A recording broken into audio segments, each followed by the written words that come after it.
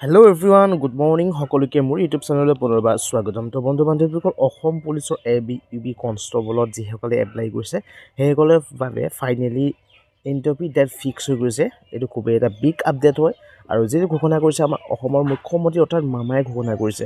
যিহেতু আমাৰ অসমৰ মুখ্যমন্ত্ৰী ছাৰে যিটো ঘোষণা কৰে সেইটো 100% নহ'লেও 95% হ'লেও হয় আৰু সেইটো হ'বলৈ গৈ আছে। যিহেতু অসম পুলিচত বহুতে এপ্লাই কৰিছে আৰু বহুতে প্ৰশ্ন সুধি আছে, বহুতে কমেণ্টত সুধি আছে যে অসম পুলিচত যিখিনি এপ্লাই হ'ল সেইখিনি পোষ্টৰ কেতিয়া ইণ্টাৰভিউ হ'ব। তো ফাইনেলি ডেট ফিক্স হৈ গৈছে।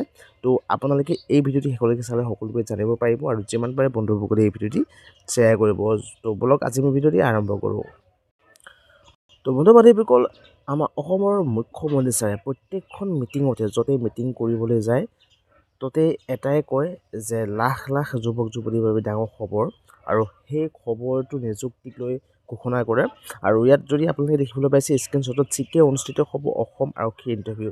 যিহেতু অসম আৰক্ষীত বহুতেই প্ৰিপেৰেশ্যন কৰি আছে অসম আৰক্ষীৰ ইণ্টাৰভিউৰ বাবে আৰু তাৰ বাবে ইণ্টাৰভিউৰ বাবে বহুতে ৰখি আছে। আৰু ফাইনেলি যিহেতু অসম মুখ্যমন্ত্ৰীয়ে প্ৰত্যেকখন মিটিঙতে এটা কথাই কয় যে জুলাই মাহত হ'ব অসম আৰক্ষীৰ ইণ্টাৰভিউ।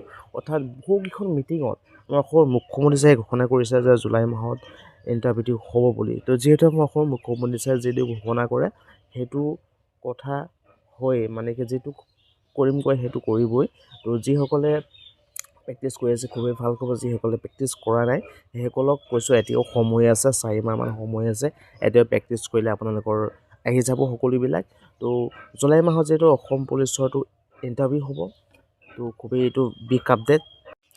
যিহেতু ইণ্টাৰভিউ ডেট ফিক্স বুলি এইটো কাৰণে কৈছোঁ যিহেতু জুলাই মাহত হ'ব, জুলাই মাহটোতে মানে কি জুলাই মাহটোতে ইণ্টাৰভিউটো হ'ব যিকোনো এটা ডেটত। তো এইটো আছে আজি ভিডিঅ'ত, যিমান পাৰে বন্ধুসকলে শ্বেয়াৰ কৰিব। যদি ছাবস্ক্ৰাইব কৰা নাই তেতিয়াহ'লে চেনেলটি ছাবস্ক্ৰাইব কৰিব, ডিফেন্সৰ বা যিকোনো চাকৰি আপডেট সদায় লাভ কৰিবৰ বাবে।